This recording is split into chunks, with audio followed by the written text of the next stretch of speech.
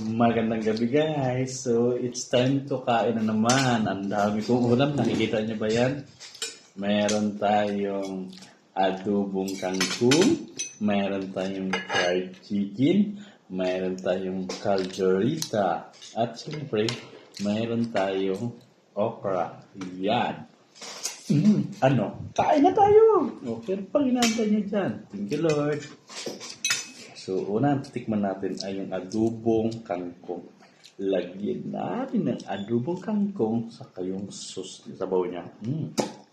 Yan na naman ang kain ngayong gabi. Dahil malamig. Namatagtan yung lamig pa ako ngayon. Yung lamig sa katawan ko nandito pa kaya hindi na muna ako nagbubad. Unang kagat. Masasabi mo talagang kangkong sa likod ng bahay. Na nagkuha nito.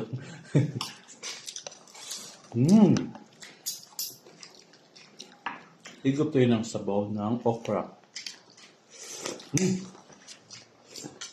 Sarap.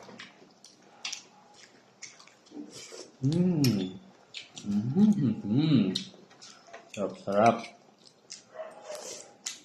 Mga pipi yung mga kasama ko dito nag-sinyas talaga. Mga, no? Dahil sila sa gilid lang sila. Tapos, sinyas. Ano mga bibig, inahiya. Marilig. Ayaw nilang kita sa mga... Saya-saya kasi yung nakikita ka ng mga tao, pinapanood ko, di ba? Kala mo kanyari, artista. Ganun.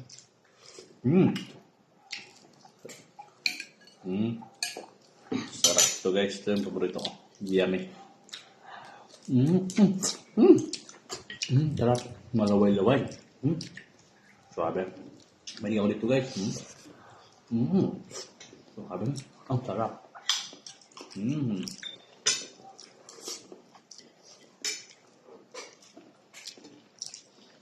At siyempre, tikman natin yung fried chicken niyo. Ay, Chicken Joy ni Diwata. Yan. Chicken Joy ni Diwata. Ang daw. Ang lutong ni Diwata. Grabe, sarap ng Chicken Joy ni Diwata. Sarap. Suabe. Yan. Bulo-bulo naman. Baboy tayo nito. Sobrang daming pagkain guys. Sarap talaga. Hindi sa may gito eh. So ako na lang. May pinit pa to kay bagong laga to. Bagong kuha. So yun na yun ah. Pidin nyo na lang. Nahirapan na magalit ka eh. Wala akong tayong video mapakla. Meron akong naisip na content mas maganda yan. Ha? Dahil nyo lang.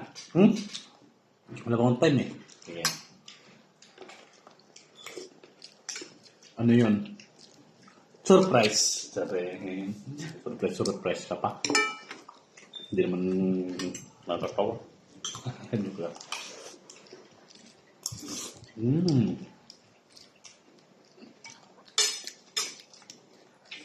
Sarap. Chicken Joy. Ipakinggan nyo, malutong to.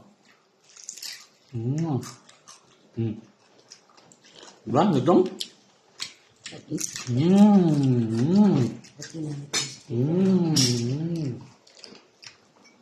Ano? Ano? Hindi na. Kangkong?